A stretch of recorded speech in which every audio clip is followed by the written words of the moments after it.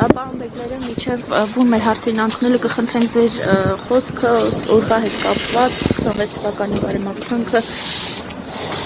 Շնորհավոր Սուրբ Ծնունդ եւ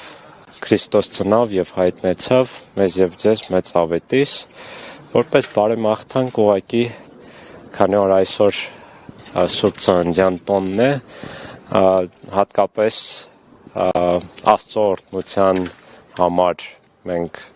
աղոթենք ու հույս ունենանք, որ Աստծո աչքը պահապան կլինի մեր ժողովրդին, մեր հայրենիքին եւ ամենայն բարիք կլինի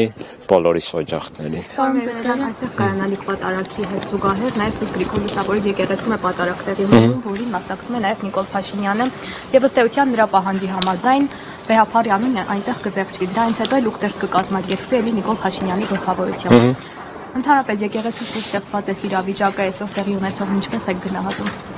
Հակասահմանադրական, հակականոնական եւ հակաբարոյական եւ հակազգային։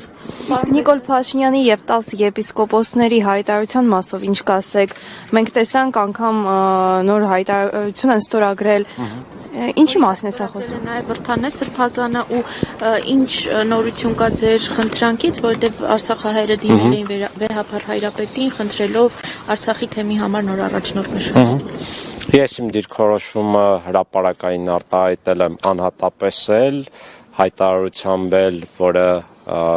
մարդու իրավունքների պաշտպաններով Արցախի եւ հասարակական կազմակերպություններով ստորագրել էինք եւ հստակ է իմ դիրքորոշումը եւ ընդհանրապես գործընթացի վերաբերյալ իշխանությունների կողմից եկեղեցու դեմ տեղի ունեցող ապօրինի ոտնձգությունների եւ Վրթանե Սրբազանի գործողությունների վերաբերյալ, իսկ մեր դիմումից դեռևս նորություն չկա, ես հույս ունեմ, որ Վեհափար հայրապետը համապատասխան որոշումները կկայացնի,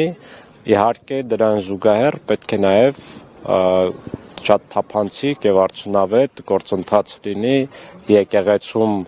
եղած խնդիրները կամ բարձրաձայնված տարբեր հարցերը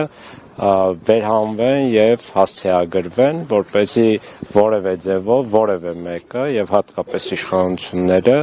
չփորձեն նմանատիպ հարցերը շահարկել, բայց այդ հարցերը պետք է եկեղեցու ներսում լուծվեն։ Պարոն Բեգլարյան, ներկայիս ընթացքում դեր Վրթանես հետ խոսակցություն ունեցել եք, հնարավորություն ունեցել եք շփվելով։ Ոչ, ես չեմ ունեցել, տարբեր ընկերներ եւ գործընկերներ ունեցել են։ Ես կարծում եմ, որ ի սկզբանե առաջին օրերին հույս ունեի, որ դարձի կգա, այսպես ասեմ, բայց հետագա իր հայտարարություններից ու գործողություններից հետո ես